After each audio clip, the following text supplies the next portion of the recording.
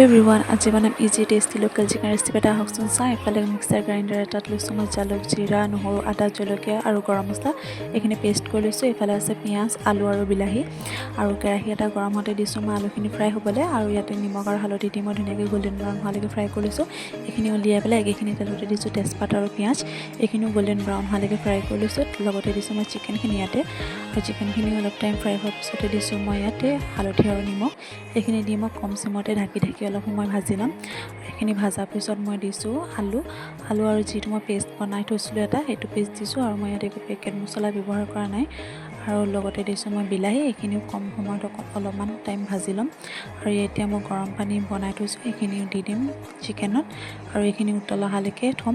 আৰু আপোনালোকে যদি মোৰ ৰেচিপি চাই ভাল পায় তেন্তে লাইক, কমেণ্ট আৰু শ্বেয়াৰ কৰিবলৈ নাপাহৰিব। আৰু এয়া বহুত টেষ্টি আৰু ইজি ৰেচিপি হৈ গ'ল আমাৰ ৰেডি। আজিলৈ ইমানেই, বাই।